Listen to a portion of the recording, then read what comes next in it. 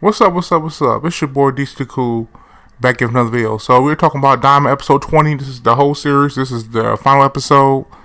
So let's go and get to this review. We start off where we left off with Goku coming up from the rock or whatever the case may be, right? And no opening, no ending. Use the extra time to just tell the whole story, right? So I love that Daima opening. That fire. That song was fire. I love the opening. I love the adventure aspect. I watched it. I watched it every episode, all 19 episodes. Anyway.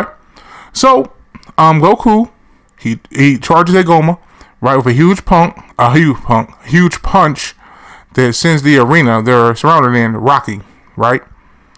Now Goku's on the offensive. He's landing multiple blows. He's dodging Goma's hits. Goma with his Ki Blast volley. He's such a spammer. The third eye once again is restoring Goma because he's getting whooped, right? Goku tries to land a kick. Goma blocks it, knocks him back. Creates this, he puts like his hands together and picks them apart. His energies in between his hands. He throws it up in the air. He creates like this scepter, right? And the scepter starts spinning on all these mini Ki blasts. Goku's dodging, trying to get close to Goma, right? And Goku gets close to him. He powers up a little bit, hits him with the bear hug, the classic bear hug, the Mark Henry, that big bear hug, trying to make him tap out, go to sleep, right? And Goma uses telekinesis ability once again to make spears and make rocks and pretty much form a ball to trap Goku, who breaks free, right? So he breaks free out of it, right? He lands a big hit to Goma's stomach, right? And this hurts him, right? Like I said, he's putting hands on him, he's hurting him, right? But once again, the third eye comes into play and, rejuvenates him and nullifies the attack. Goku, gets back up. He goes back to the ground, right? He's starting to smile. Goku tried to hit him with something. He dodged it. He flipped backwards, hitting the ground. So he started to smile, saying, love battle. There's a big, intense battle, right? So he's enjoying himself. That's Goku being Goku. So, right, Goku, he starts to power up. Goma starts to power up. And once again, they start clashing, right? And Goma once again uses his telekinesis ability, his third eye ability, to make rock in these spears. He's trying to impale Goku. So he's sending this in a barrage and all these things spamming his way or whatever. And Goku's trying to dodge all of this stuff. And that's the only thing I would say about this series as far as the Goma fight. There's too much spammy as far as it's the same moves, man. It's the same moves, the same, telekinesis. Let me be Goldo times 100. And this is the main way that he's fighting.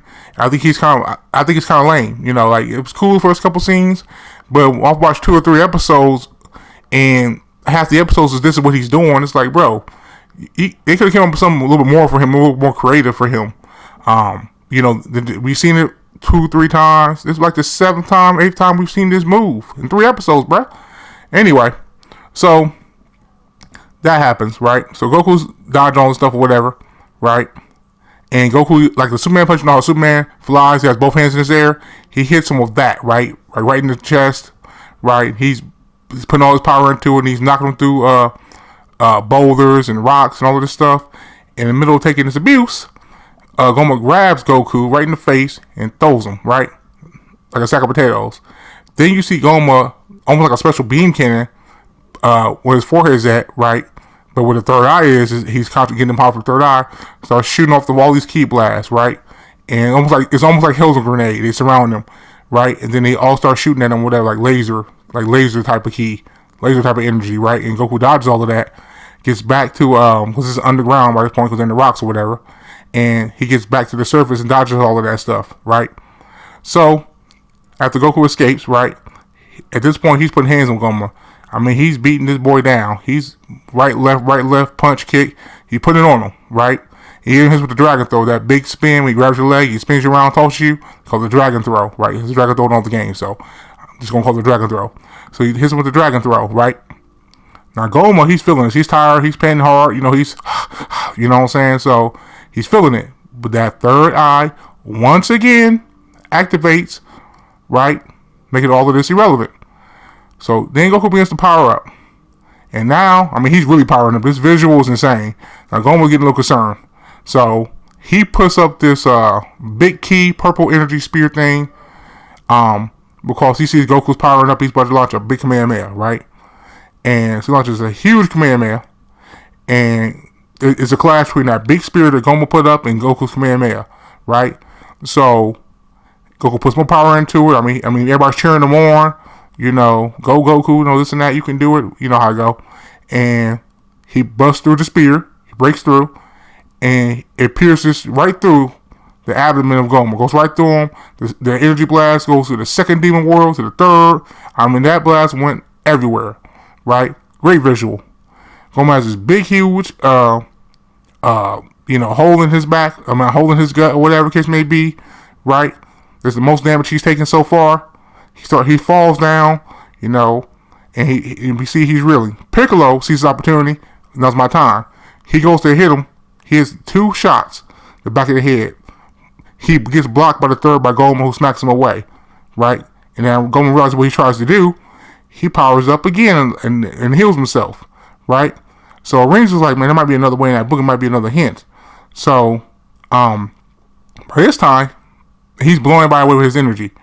So Majiku, who's kind of being blown away and kind of has the book in his hand already, he hits him in the back of the head 3 times and knocks the third eye out. And then Glorio steps on it and crushes the third eye. And everybody's like, well, okay. It's a pretty funny moment. Typical Toriyama. Like I said, this is the unlikeliest of heroes. Ku has really showed up in this series. Really was the difference maker in a lot of things that matter in this show. Ku's the MVP of Daima, easily, right?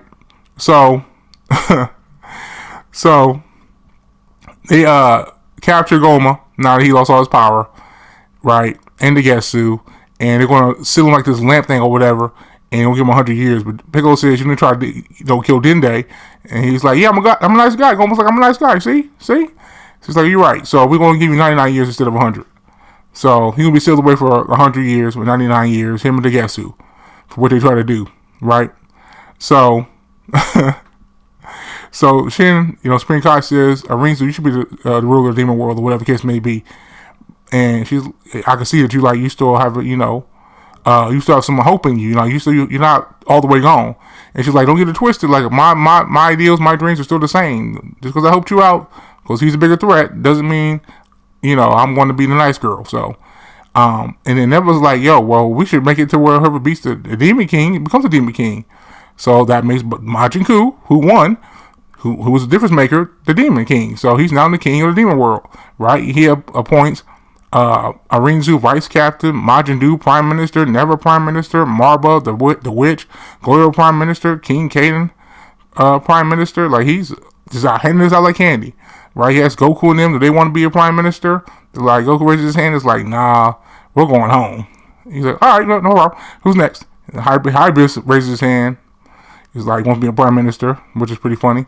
So, so everything's pretty much hunky-dory. Everything's pretty much done. We cut to a different scene.